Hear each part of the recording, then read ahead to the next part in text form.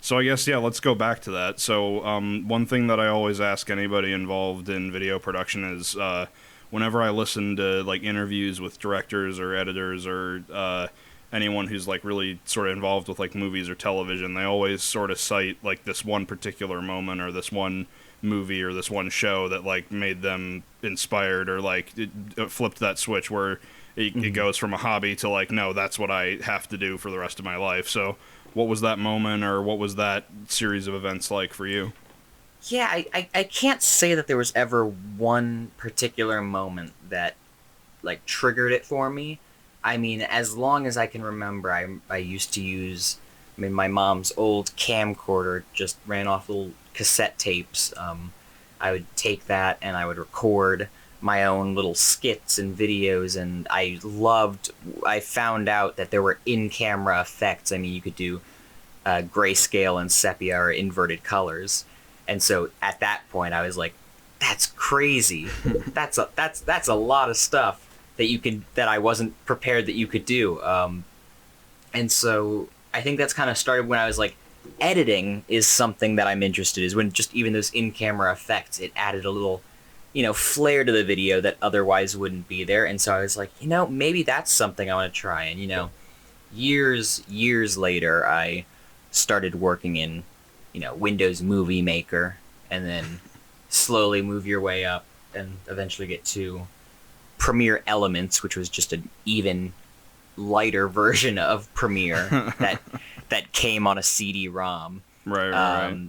And then I think I moved from that to Final Cut, and Final Cut to Premiere and After Effects, where I am now. But yeah, I mean, I've been making videos for as long as I can remember. I always uploaded them to Facebook as my platform to share, just so my friends could see them, because I was too chicken to upload them to YouTube, because I couldn't take the criticism. So I knew Facebook was a place where like 10 people would see it and they'd all be like, "This is great, good job, Gavin." And I'm like, "Thanks." And then I remember I did upload. I had a YouTube channel before this one that I uploaded, like, I forget what kind of video. I think it was like a drum cover, because I was like, I don't know what I want to do with my YouTube channel. And I got so many comments that were like, "This is the worst thing ever. You're terrible." Oh, and I muted the comments. I just turned off comments on that video. So I'm like, no one can criticize me anymore.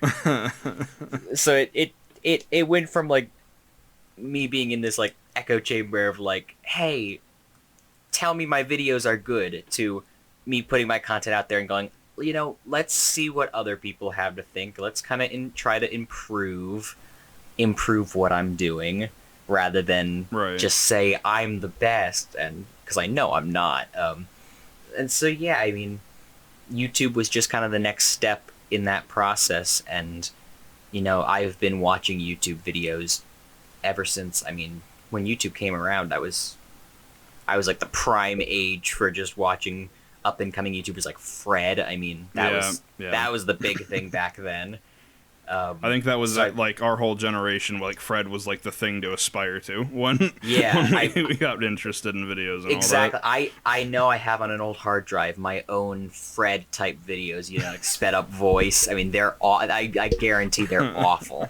But it was basically me trying to mimic every single YouTuber I found. I'm sure I have dozens and dozens of videos that you can trace back, like, oh, that's an obvious inspiration from this YouTuber and that YouTuber. And so it was always just less so like, I mean, obviously I like films and stuff, but what really like inspired me to do my filmmaking was definitely YouTube, since I was kind of brought up on that generation. Right. I think that's a big thing for anyone involved in video today, like that's around our age group, is like, because for me, I always looked at movies as like, oh man, that'd be really cool to do something like that, but that's so far away and so inaccessible, and YouTube kind of bridged that gap, if that makes any sense. Like, absolutely. It says no, it's possible, and here's your first stepping stone and all that. And I totally agree with like the whole copying, well, not necessarily copying, but like borrowing the influences and like sort of twisting them into your own thing. That's exactly how I started on my first YouTube channel. Me and my friends were doing like horrible rip-offs of like the Angry Video Game Nerd and Nostalgia Critic and all that. Of course. And then it eventually grew into what it is now. But so then, yeah, speaking of like channel growth and all that, so when did you decide to make that jump from like the really early stages of Fred videos to these drum covers to now I hope I'm pronouncing this right, but the Otomatone covers? Is that how you say it? It's pronounced Otomatone. Otomatone. To my knowledge, I mean, who knows? Maybe I've been pronouncing it wrong for the past 3 years, but no one has corrected me, so I believe it's correct. Okay. I mean, obviously, I think, if we're talking specifically Otomatone covers, February of 2017 was when I made the first one. What sparked that interest? Like in wanting to do that? Yeah, fun story. I was home for winter break that winter, like January of 2017, and I came across a video on Reddit that was just a really short video of someone playing, I don't know what song in particular, I'm sure I could find it, on the Otomatone, and I had never seen one before. And I was like, that's hysterical. And at that point, I had been doing YouTube for a couple months, and I mean, obviously, I think I had maybe 200, 300 subscribers, and I was still trying to kind of find what my channel was. If you look back at that time period, I was doing a bunch of different types of videos, all kind of revolving around music, because that was something I was kind of getting into, is making my own music and figuring that stuff out. But I was still trying to find kind of what would define my channel. And anyway, I said, half jokingly but half serious, I brought up to my parents, I said, when I get my first check from YouTube, which was going to be a while still, because I mean, I think there's like a $50 or $100 threshold you have to reach before they pay you out anything. Yep. And it was like at that point I was making pennies on my video, which at the time I thought was amazing. I'm like, I made like 15 cents off this video, and that's real money. That's real money off of a silly video I made. So I was like, when I get my first check from YouTube, I'm gonna buy an Otomatone. And obviously that would have taken probably years of work to get that check. And so back at college in February, on or around Valentine's Day, I got a package shipped from my parents, and she was like, "You're not allowed to open it until you like FaceTime me, because I want to be there." And sure enough, she had just bit the bullet and bought an Otomatone for me, knowing that I would never gonna be able to get. And I'm like, first of all, I was amazed that she remembered. I mean, it wasn't something I made a big deal of. It was just a throwaway comment one night in January, and she remembered that. And so I threw around a couple ideas with the Otomatone, a couple video ideas. I think the first idea was Bohemian Rhapsody, which I ended up tackling months later. And then I did a video that was Take On Me, but the Otomatone wasn't prominently featured. And then I was like, okay, let's just do an all Otomatone cover of Take On Me by Aha. And I mean, I look back and I laugh, because I think I probably put 5 hours of work maybe total. And I mean, it was a one night thing. I started at 7 p.m. And by the time I went to bed, I had uploaded the video. Because at that time, I mean, I'm not going to put in 25 hours of work on a video that 5 people are going to see. I only had 200 subscribers, so right. I put the video out, and I wish I could say, I went to bed and I woke up the next morning and I was famous. No, the video, I think at first did generally better than most of my other videos. I mean, people were interested in it, but I mean, we're still talking maybe 1,000 views. So I mean, nothing. But still, huge. That must have felt amazing either way. Oh, it was great, but I mean, I didn't even take the hint. I wasn't even like, there's something here. I was like, that was fun. Now let's move on. So you can actually see there's a gap in my channel. There's like the first Otomatone cover, and then more videos of me trying to figure out what to do on my channel. But then one night, someone posted to Reddit, in a Reddit thread, there was just on r/videos, there was just a video of, I think, people playing child's instruments to like a rock song or something. Mm-hmm. And one of the top tier comments was, this is my favorite song played on a kid's instrument or something like that. And they linked to my Take On Me video. Oh, wow. And for some reason, I mean, just the timing, the people, like, they upvoted that comment to the top. And so all of a sudden I was seeing like, wait, why does this video have 10,000 views? And the next morning I'm like, this has 50,000 views. What's going on here? And so that's so crazy. I was like, maybe I should take note and do one more Otomatone cover and then move on again. And I did, technically I did Mbop by Hanson, but I don't actually consider that one of my Otomatone covers because it was, again, thrown together and it wasn't traditional, like my editing style. So I'm like, I don't even consider that one, but I did that, and I think I might have done another video or two in between. But then that Take On Me video really started taking off. I mean, then we hit 100,000 views or something, and I'm like, this is huge for me. I'll make one more cover, and people challenged me to make Through the Fire and Flames, which wow. is a notoriously impossible song. So I did it like editing wise, that I only played one note at a time in each video, and there were like a billion squares lighting up. And I was like, there we go, I'm done. And I uploaded it, and that video did well immediately. People started taking interest, and I was like, all right, I think I have one more idea in mind. And then, one more idea. I think I have one more, and I'm here 3 years later, still playing with these toys. I mean, I keep saying one more, and I think I'm like 83 videos in now. 83 videos and a couple like online albums and yeah, I've released all sorts of stuff. 3 full-length albums, 2 Christmas albums. Oh God, it's absolutely ridiculous when you like sit back and think about it, that this instrument that was never supposed to be taken seriously. I'm like, why has this? What has my life come to? But yeah, I mean, the universe just has a funny way of working out that way, where it's like the thing that you least expect is what really takes off and really lets you make a name for yourself. Like, I mean, like, yeah. Who would have guessed, like, you go from a viral post on Reddit to all of a sudden, I forget which country it was, but it was like some Spanish SpongeBob Facebook page and Jack's Films and all that. Like, yeah, I mean, crazy. The actual Nickelodeon, US Nickelodeon reached out to me and was like, hey, we want to repost your Sweet Victory cover, but we need you to work with us to get us a version that we can post. And so worked with them a bit. That was awesome. Jack's Films, a huge influence when I was coming up on YouTube and, still making videos. So, I mean, that's incredible that I have like a partnership with him now. That's amazing.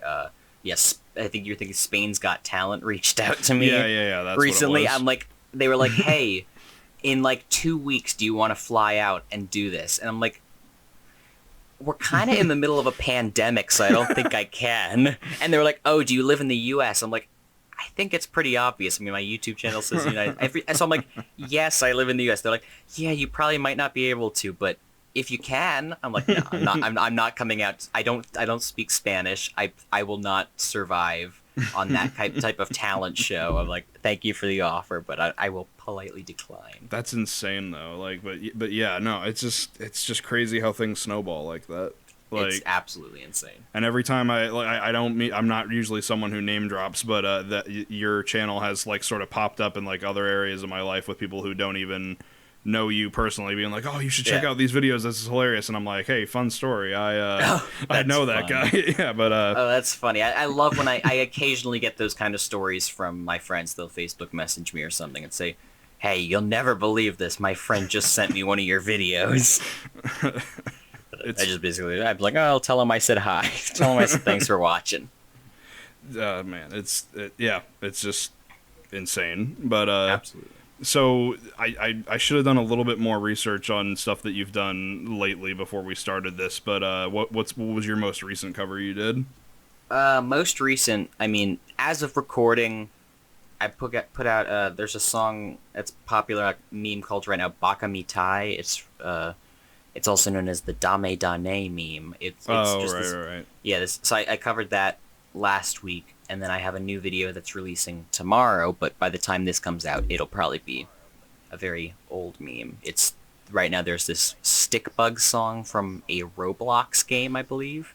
Yep. It's Yep. for some reason that's a really really hot meme right now, and so I was able to 1 week get that cover finished. So I finished that. That'll be posted tomorrow. So fingers crossed it does well. So yeah, well then yeah, for those listening, if there's somehow any weird crossover of people who watch me but yet don't watch you, then you guys should definitely go check that out, because that video will definitely be out, and probably a few more by the time this gets posted. So definitely subscribe to the Real Sully G if you haven't somehow already. Shameless plug. Exactly. But so what? I guess going off of that, like what sort of when you're sitting down to think of like what should I cover, what should my next video be, like how do you, is it like, because you mentioned memes there, is it how much of it is like this is just a song that I would want to tackle, and here's what the popular meme is of the time that I know people will enjoy? Yeah, I think I would say I very rarely do songs that I'm like, I just really want to do this song. I mean, I never do songs that I don't want to do, but more often than I always say I read every comment on my YouTube videos, and I always heard bigger YouTubers say that I read all the comments. I'm like, no, you don't. No one does that. But I realized that it is something that it's like you are looking for that feedback. You are looking for those suggestions. So it's something that I've made to a point to not take advantage of that audience and make sure that I'm listening to their input. Right. And so I'm reading all the comments, and so the main thing to look for is that if there's a general consensus, as in a lot of comments saying independently across either different videos or just at different time frames, oh, you got to cover this song. If a lot of different people are saying it, I'm like, okay, I think I can gauge that there's a pretty good interest in my audience, or that it's a really popular song or a meme at the moment. Mm-hmm. So I mean, that's what for this stick bug song, people would be like, oh, you gotta cover the stick bug song. I'm like, all right, I'll look into it, because I'm like, I don't know what this is. People have to educate me on meme culture often, because I'm like, I try to keep up to speed, but then there are some really weird memes that come out that I'm like, I who could have predicted this? Exactly, yeah. So I mean, yeah, so more often than not, it's really just me reaching out. I'll reach out on Twitter, on YouTube, and just basically beg. I'm like, give me ideas. I have a deadline to meet. I'm like, I put out a video every 2 weeks at least, and so I'm like, I need a video idea. I need to start making a video now, no matter what it is. So you mentioned 2 weeks. How long?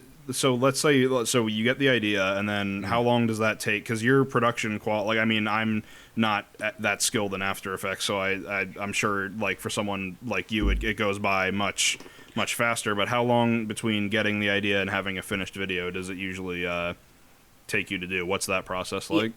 It can vary. I mean, I try to give myself 2 weeks usually, because that is like what I found is usually the minimum I can do a video in, from like, because I'll post a video on a Monday, and then 2 Mondays later the new video will be out. Mm-hmm. So, but I found, because now I'm not in college anymore, I'm not doing any college work on the side, over the past 4 weeks, tomorrow will be my 4th video in 4 weeks. So, oh wow. It's like I'm finding that it might be possible to do them faster, but again, that kind of depends on the scale of the video. Like these past 4 videos, I've just happened to, be able to finish. This one that I'm releasing tomorrow wasn't necessarily to be posted tomorrow, but I finished it early this morning, and I'm like, I'm not going to just keep it in the can for 2 weeks if it's really relevant right now. Right, yeah. So I mean, some videos, I mean, especially the ones that are like heavily animated, like 2D animation, those take me forever. So I mean, those I need a full 2 weeks to do. But other ones that are more basic or more simple, when you look at it, I can do about a week, but no less than a week. A week is the absolute minimum, and then 2 weeks is on the far edge of things. Although I will say Bohemian Rhapsody back in 2017 took me, I think, 3 months, because I was working because I was working an actual job at the time, and so I only got like I think 2 to 3 hours every night to work on it, and maybe less. And back then I still didn't know 100% what I was doing, so that took way longer than it should have. Now I could probably do it in 2 weeks, but that one took 3 months just because I was, I was, as they say, I had a real job. YouTube's not a real job. I had a real job at the time. That's true. So Bohemian Rhapsody you'd say that's probably the most complicated one you've done, or is that just in context of like your skill then, or your time available then and versus now? I mean, generally it was pretty complicated. Also because I was only using Final Cut Pro, and it had like a lot of tracking and green screen and lay. I mean, it was absolutely a monster that should not be done in Final Cut, but I did it because I'm an idiot. So, yeah, I mean, it was pretty complicated. I don't know if I would say to this day, I mean, it's a good question. I don't know if it's the most complicated video I have. Definitely at the time, it was just everything was going against me, that it was like, it just took that long. And also, I didn't view YouTube as a main priority, so I just wasn't putting as much time into it because, again, it was a small channel still back then. So yeah, I mean, I'm sure I've done more complicated things since then, but that one sticks out in my mind as just an absolute monster to edit. Right. So then which one would you say is, I mean, obviously you wouldn't put out something that you're like just sort of like, oh, I need something to put out. Like I have this one that I'm not super happy with, but what would you say is the one that you're like most proud of out of all of the ones you've done so far? I absolutely hate that question because I never have a good answer. I agree with this. I always make sure that it's like, if I ever made a video that I was not happy with, I would not put it out. Because there have been many Otomatone videos that either the concept gets changed a week into production because I realize it's not turning out how I liked it to look. So it's like I have to reimagine the entire thing with a week to go, or some just get scrapped entirely. And changed to a different idea because I don't like how it's coming out. But favorite video, it varies. I tend to like videos just. I think my staple answer is the full version of Take On Me. I did a shot-for-shot recreation of the Take On Me music video for when I hit 100,000 subscribers. And so that one was, at the time, like a really big. I think that was like my first actual or one of my first shot-for-shots. It was my first full-length cover, and so it was that was like a big moment for me. It was like, this was me really pushing the boundaries of what I think I'm capable of doing. Right. So that's usually like my go-to answer when people ask, but I mean, I'm sure there are more covers recently. I mean, there are covers I put out recently that every once in a while I'm like, I'm really, really proud of this one. I mean, again, I'm never not proud of one, but yeah, I don't have a great answer, unfortunately, to the proudest cover I've ever put out, because it's just there are so many, and it's just I rarely ever have time to even think about them, just because I'm like, all right, next video, we're done with this one, move on. Right. So little time to think. So then, yeah, I guess going off of that, then I mean, you mentioned you have these 2 videos coming out in the next few days, but do you, and you said you kind of tend to go, hey, what should be my next project, but do you have anything down the line that you're super excited to work on, or any upcoming Absolutely projects? not a single thing. My life is basically, I'm just going with what gets thrown at me, so I have nothing planned. I mean, I don't have any. I was supposed to graduate college and have like a job lined up or something, but the world is kind of crazy right now, so I'm just kind of just sitting around hoping people still watch my stuff and give me suggestions. So no, I have no projects down the line. I am just surviving by the day. Well, I mean, it's not a terrible life to be surviving off of. So no, I'm living the dream. But yeah, I have very little planning in terms of videos. I never. They kind of thrive off of relevancy. Right. And so I can't ever like have videos packed away that I can put out in case, because it's just like, you need videos that are super relevant, or else they're gonna tank. So then, I guess my last question in regards to your YouTube stuff is, So I kind of mentioned it earlier with like SpongeBob and Jack's films and all that, but what would you say was like the biggest like, oh holy shit, like I've made it moment Yeah, in context of stuff you've put out? yeah. I mean, I've made it moments. I'd have to think for a second. One moment that really stands out to me was the inventors and manufacturers of the Otomatone emailed me out of the blue one day. I mean, this was 2 years back maybe, Mm-hmm. and they said, "Hey, we love your videos so much, and thank you so much for making videos with our product. And we have this new like little toy prototype thing we're designing, and we want to send you a prototype of it for free." Oh man, And that's so so cool. I was like, at first I was like, can you prove to me that you're the actual people that you're saying you are? Because I'm like, I'm not going to get scammed by you guys and give you my mailing address. And when I realized that it was actually, the people from My Wodenki and Cube, and I was like, get out. These people see my videos. So that was like a really jarring, like, oh my gosh, the people that make this thing are, watching my videos, have seen my videos. And they've been very, very, very courteous over the past 2 years now. I mean, I have a deal with them that they let me use the Otomatone on merchandise, like the Otomatone image, because obviously I do not own the copyright to that. So Right. they've been kind enough to allow me to use that on my merch. They've been kind enough to just always be reaching out to check in to see if there's anything they can help out with. So that was always really nice of them. So but I think the biggest like I made it moment was really the 100,000 subscriber milestone, because that was always a childhood dream of mine. When you see all those people getting their play buttons and getting there, I'm like, I want one. That would be cool. Right. To like Right. to kind of have, something physical that says, hey, I did something. Mm-hmm.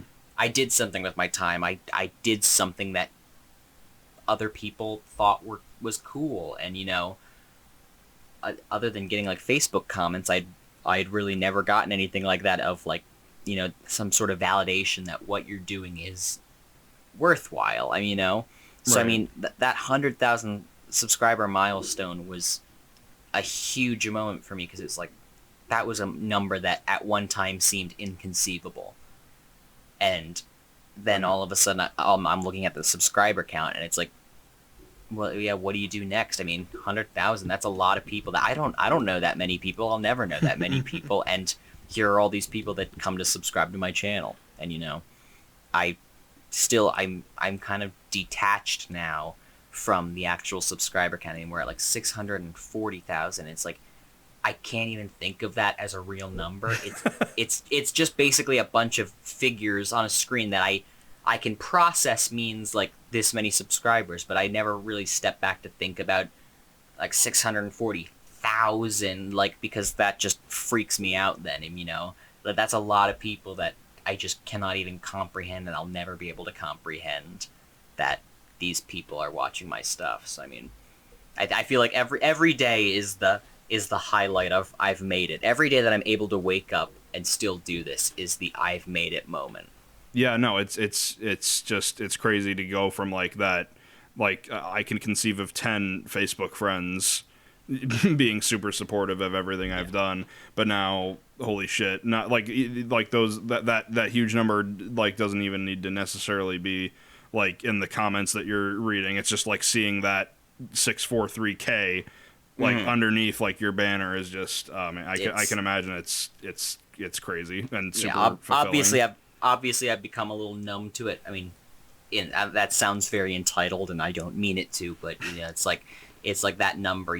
I've kind of learned to like not get too much in my head about it, because if I do really think about, like, if you were to put this in terms of people like sitting in a room watching my stuff or performing in front of people specifically, if you're like, okay, you're about to perform in front of 600,000 people, I'm like, I can't do it, So it's like I really have to not think about that number. Obviously, you want to watch the subscriber count grow, but at the same time, you kind of want to detach yourself and say,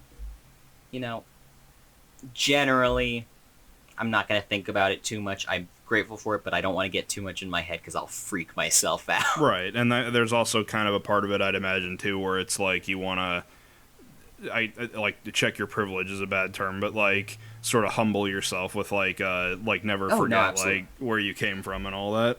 I can imagine. Absolutely. I try to like interact with fans as much as possible. I try to be as gracious with my time as possible. Like if people need favors, if people need just have questions, that's part of why I read the comments is because I am very, very privileged to have an audience that comments actively on my videos. And so I want to read what they're saying. I want to hear what they have. If they have concerns, if they have praise, if they have criticisms, I want to make sure that I'm addressing those because I don't want to I am very, very lucky to have this platform, and I want to make sure that I am taking care of the people that gave me this platform. So no, absolutely, check your privilege is absolutely a fair term, an absolutely fair term for this. So then, yeah, all that is to say, if somehow you're still not subscribed to The Real Sully G and yet you are subscribed to me, please go check out his channel. It puts out amazing stuff from, I guess now, from what used to be a bi-weekly schedule to almost every week. So yeah, we'll see. I mean, we'll feel it out. When this video comes out, maybe you'll be like, he's gone back to the every 2 week schedule. How lazy of him.